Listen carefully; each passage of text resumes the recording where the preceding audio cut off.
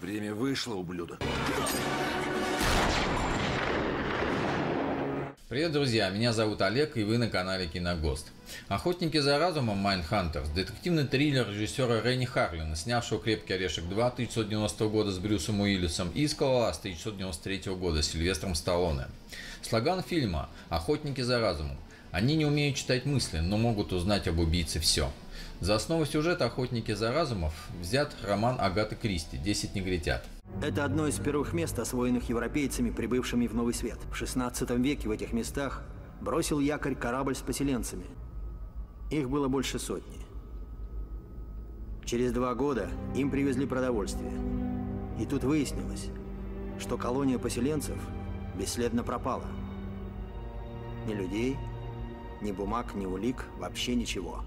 Фильм «Охотники за разумом». Актеры и роли. Кристиан Слейтер, Джей Ди Рестон, руководитель группы, назначенный Харрисом. Кэтрин Моррис, Сара Мур, талантливая, но ненадежная.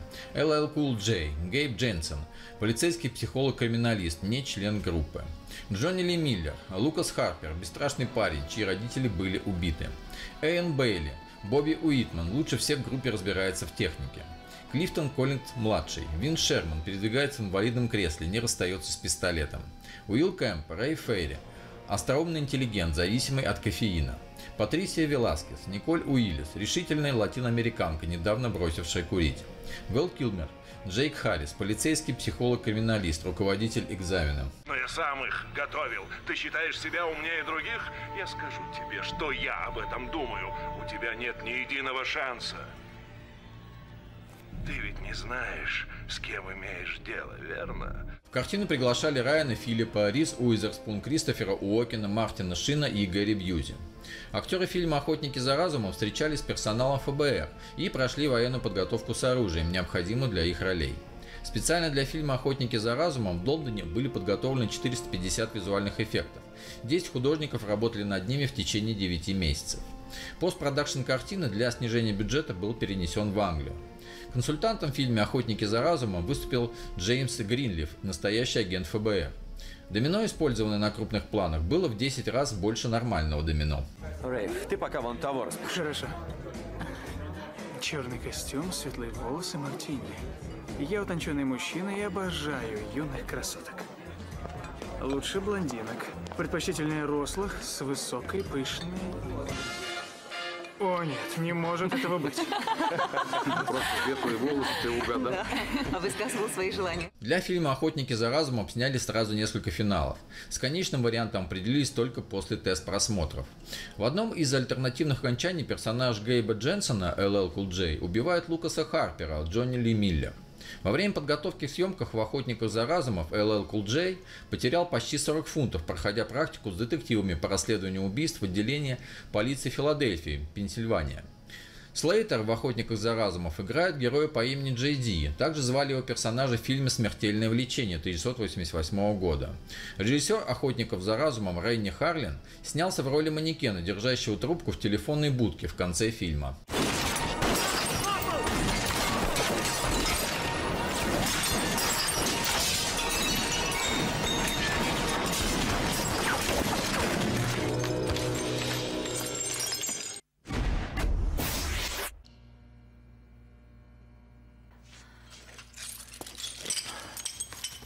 Я уж думал, вы не приедете.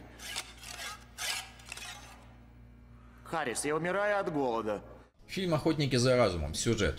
7 студентов ФБР направляются на островную базу ВМФ США для прохождения итогового экзамена. Вместе с ними туда отправляется полицейский психолог-криминалист Джейк Харрис, Вэл Килмер. На этом острове находится городок, полный макетов, бутафорий и декораций для детективного квеста, используемый военными для учений. Студенты готовятся стать профессиональными психологами-криминалистами, расследующими убийства и занимающихся розыском серийных убийц. Чтобы пройти экзамен, они должны расследовать уголовные дела, придуманные их преподавателем. Помимо студентов, на остров приезжает сторонний наблюдатель из полиции Гейб Дженсен, LL Cool J, практикующий криминальную психологию. В начале тренировки в результате подстроенной ловушки один из студентов, руководитель группы Джей Ди Рестон, Кристиан Слейтер, погибает. Остальные, понимая, что на острове находится маньяк-убийца, пытаются покинуть остров на катере, но он взрывается, когда они подходят к нему.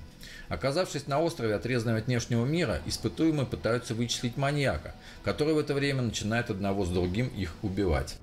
Он обвиняет тебя в убийстве. На твоем месте я бы стал защищаться. О, черт! Черт побери! Что с ним? Дьявол!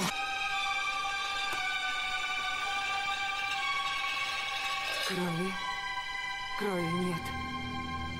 Кто-то всю кровь спустил.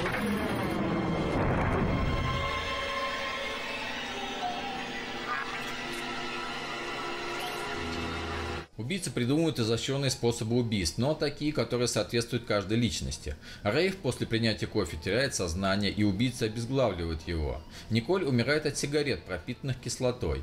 Винс получает пулю из своего же пистолета. Бобби при попытке закрытия вентиля воды, растекающейся по полу и грозящей коротким замыканием. Причем убийцы подбрасывают людям сломанные часы, на которых указано время новой смерти. Оставшиеся в живых участники подозревают в этих зверских убийствах Харриса, но в скором времени он находит его повешенным и двух других агентов ФБР рядом с ним. Лукас, Гейб и Сара быстро понимают, что убийца один из них.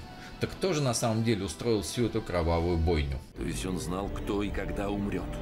Не просто знал, планировал, учитывая особенности характера, сильные и слабые стороны. Он организовал все убийства, составив наши психологические портреты. Майндхантерс – блестящий, ладно скроенный и фактурный фильм, шикарно поставленный сценами убийств, беготни и перестрелок. «Охотники за разумом» – настоящая головоломка для фанатов детективов и яркое визуальное пиршество для тех, кто постоянно не повторяет, что все неправда и не так показано. Фильм «Майндхантер» смотрится очень легко, он не затянутый, постоянно происходят какие-то действия, нет нудных и ненужных диалогов. Всем любителям напряженных и непредсказуемых детективных триллеров предлагаю посмотреть «Охотников за разумом». Добротный интеллектуальный триллер с яркой динамичной картинкой и превосходным музыкальным саундтреком. Фильмов в жанре детективного триллера великое множество, но мало какие из них способны так затянуть и, что самое главное, породить в зрителе страшное любопытство, кто же убийца. Ощущение от просмотра «Охотников за разумом» сравнимо только с азартом чтения классических детективов гениальной Агаты Кристи. «Майндхантерс» – необычный представитель детективного жанра, поскольку в начале фильма есть один момент, который, если его держать в памяти всю картину, укажет на настоящего убийцу задолго до финала «Охотников за разумом». На пол! Живо! Сара, ты чувствуешь свое лицо? Я лично свое не чувствую. Кофе.